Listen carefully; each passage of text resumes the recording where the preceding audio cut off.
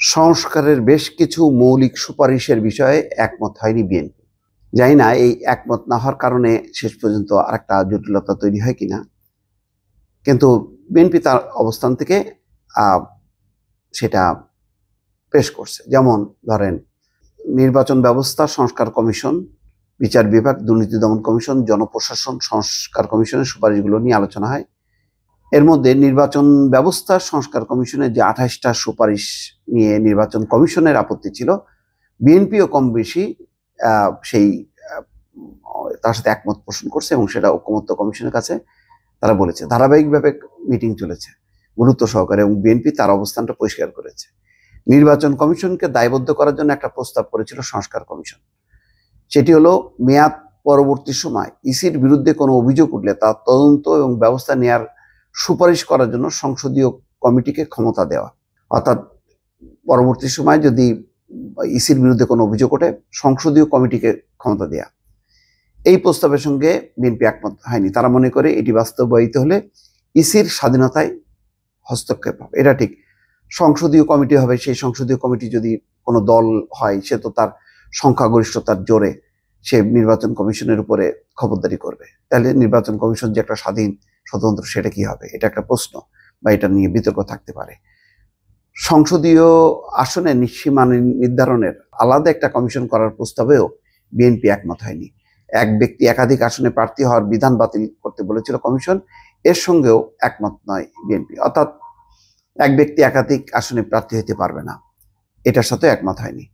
সালাউদ্দিন আহমেদ বলছেন, সংসদীয় কমিটির কাছে এই ধরনের ক্ষমতা দেওয়া হলে নির্বাচন কমিশনের স্বাধীন সত্তার উপর আঘাত হানা হবে। নির্বাচন কমিশনের মেয়াদকালে সুপ্রিম জুডিশিয়াল কাউন্সিলে এবং মেয়াদ পরবর্তী সময় তাদের বিরুদ্ধে প্রচলিত আইনে ব্যবস্থা নেওয়া যায়। আর সংসদীয় আসনের সীমানা নির্ধারণ ইসির সাংবিধানিক এখতিয়ার, এখানে আরেকটা বডি করা হলে একসঙ্গে দুটি সত্তা হয়ে যাবে, সাংঘর্ষিক হবে। আন্তর্জাতিক অপরাধ ট্রাইব্যুনালে কেউ অভিযুক্ত হলেই তাকে নির্বাচনের অযোগ্য ঘোষণা করার প্রস্তাব করেছিল নির্বাচন ব্যবস্থার সংস্কার কমিশন। এর সঙ্গে একমত হয়নি বিএনপি। এই বিষয়ে সালাউদ্দিন আহমেদ বলছেন, কেউ অভিযুক্ত হলেই তাকে দোষী সাব্যস্ত করা যায় না। আওয়ামী লীগ কিন্তু সেভাবেই করছে, কাউকে বিরুদ্ধে অভিযোগ, মামলা দিয়েই বাস তাকে নির্বাচনের বাইরে রাখা। এটা বলা হচ্ছে যে না, মামলা হলেই সে অভিযুক্ত না। শুধু অভিযোগের ভিত্তিতে কাউকে অযোগ্য করা যুক্তিসঙ্গত নয়। কেউ আদালতের রায়ে প্রাথমিকভাবে দোষী সাব্যস্ত হলে তাকে অযোগ্য ঘোষণা করা যায়। কেউ আদালতের রায়ে প্রাথমিকভাবে দোষী সাব্যস্ত হলে তারপরে অযোগ্য ঘোষণা করা যায়, কিন্তু রায় ঘোষণার আগে করা যাবে না। তো সালাউদ্দিন আহমেদ সাংবাদিকদের জানাচ্ছেন, নির্বাচন ব্যবস্থা সংস্কার কমিশনের 243টি সুপারিশের মধ্যে তারা 141টিতে একমত হয়েছে।